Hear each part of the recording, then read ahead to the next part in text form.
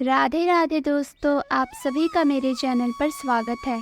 आज मैं आप सभी लोगों को इस वीडियो के माध्यम से अक्षय तृतीया की व्रत कथा तथा उसके महत्व के बारे में बताने जा रही हूँ। कृपया करके इस वीडियो को पूरा जरूर सुनें और इसे बीच में ना छोड़ें। अक्षय तृतीया को सनातन धर्म में बेहद खास त्योहार माना जाता है। इसे अक्खा तीज के नाम से भी जाना जाता है। हिंदू पंचांग के अनुसार वैशाख मास के शुक्ल पक्ष की तृतीया तिथि को अक्षय तृतीया के नाम से भी जाना जाता है। अक्षय तृतीया के दिन माता लक्ष्मी और भगवान विष्णु की उपासना करने से जीवन में तरक्की होती है। अक्षय तृतीया के दिन सोना चांदी खरीदना काफी शुभ माना जाता है। अक्षय तृतीया को कई वजहों से साल का सबसे शुभ दिन माना जाता है। पौराणिक मान्यताओं के अनुसार सतयुग और त्रेता युग की शुरुआत अक्षय तृतीया से ही हुई थी। भगवान विष्णु ने नर नारायण का अवतार भी इसी दिन लिया था। भगवान परशुराम का जन्म भी अक्षय तृतीया पर हुआ था। इस शुभ तिथि से ही भगवान गणेश ने महाभारत का काव्य लिखना शुरू किया था। इस दिन किए गए शुभ एवं धार्मिक कार्यों के अक्षय फल मिलते हैं। इस दिन सूर्य और चंद्रमा दोनों ही अपनी उच्च राशि वृषभ में होते हैं, इसलिए दोनों की सम्मिलित कृपा का फल अक्षय हो जाता है। अक्षय का अर्थ होता है जिसका क्षय न हो। माना जाता है कि इस तिथि को किए हुए कार्यों के परिणाम का क्षय नहीं होता है। ऐसी मान्यता है कि इसी दिन परशुराम नर नारायण हयग्रीव का अवतार हुआ था। इतना ही नहीं, अक्षय तृतीया से ही बद्रीनाथ के कपाट खुलते हैं और केवल इसी दिन वृंदावन में भगवान बांके बिहारी जी के चरणों के दर्शन होते हैं। वैशाख शुक्ल तृतीया तिथि को अखा तीज के रूप में भी मनाया जाता है। कुछ लोग इसे अक्षय तीज भी कहते हैं। अक्षय तृतीया का शुभ मुहूर्त। अक्षय तृतीया 10 मई शुक्रवार को मनाई जाएगी। तृतीया तिथि की शुरुआत इस बार 10 मई को सुबह 4:17 पर होगी और समापन 11 मई को रात 2:50 पर होगा। अक्षय तृतीया पर ऐसे कार्य करें जिससे अक्षय पुण्य की प्राप्ति हो। इस दिन ईश्वर की पूजा, उपासना, ध्यान जरूर करें। व्यवहार को मधुर बनाए रखें। संभव हो तो किसी व्यक्ति की सहायता करें। द्वार पर आए लोगों को खाली हाथ ना लौटाएं। उन्हें दान दक्षिणा अवश्य दें।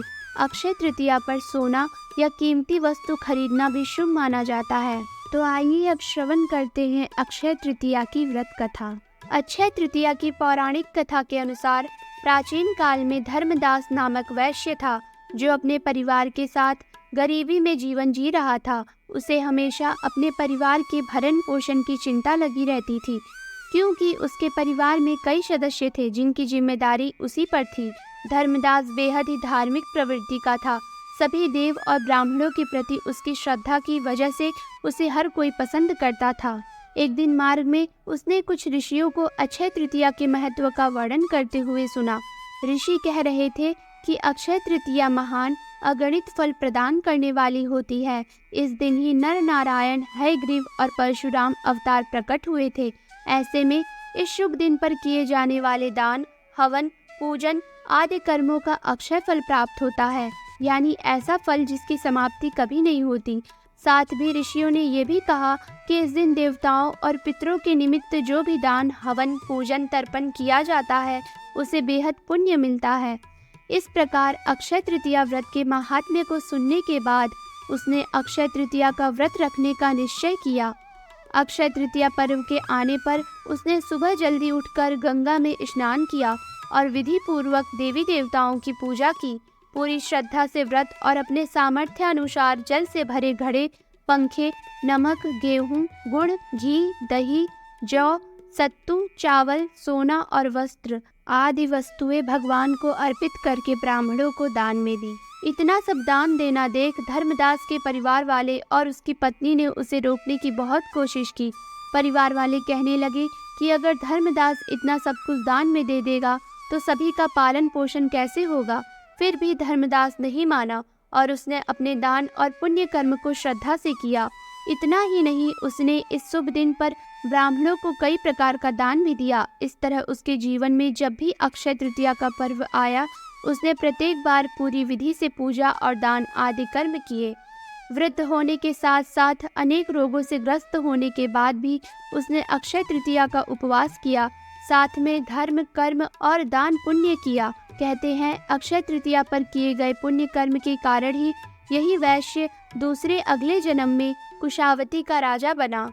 मान्यताओं के अनुसार अक्षय तृतीया के दिन किए गए दान पुण्य व पूजन का फल अगले जन्म में भी मिलता है। इसलिए ही धर्मदास को नया जन्म एक धनी राजा के रूप में मिला। ये इतना धनी और प्रतापी राजा था कि त्रिदेव भी उसके दरबार में अक्षय तृतीया के दिन ब्राह्मण का वेश धारण करके शामिल हुए थे। वह प्रतापी राजा वैभवशाली होने के बावजूद भी हमेशा धर्म मार्ग पर चलता रहा। उसे अपनी श्रद्धा और भक्ति पर कभी घमंड नहीं हुआ। माना जाता है कि यही राजा आगे आने वाले जन्मों में भारत के प्रसिद्ध सम्राट चंद्रगुप्त के रूप में प्रसिद्ध हुए। तो ये रही अक्षय तृतीया की व्रत कथा। अगर आपको हमारी ये वीडियो पसंद आई हो तो हमारी इस वीडियो को लाइक करें और इसे ज़्यादा से ज़्यादा शेयर करें और ऐसी भक्ति कथा कहानी सुनने के लिए हमारे चैनल को सब्सक्राइब करें और कमेंट सेक्शन में जय लक्ष्मी नारायण की लिखना ना भूलें। तब तक के लिए राधे राधे, जय श्री हरि।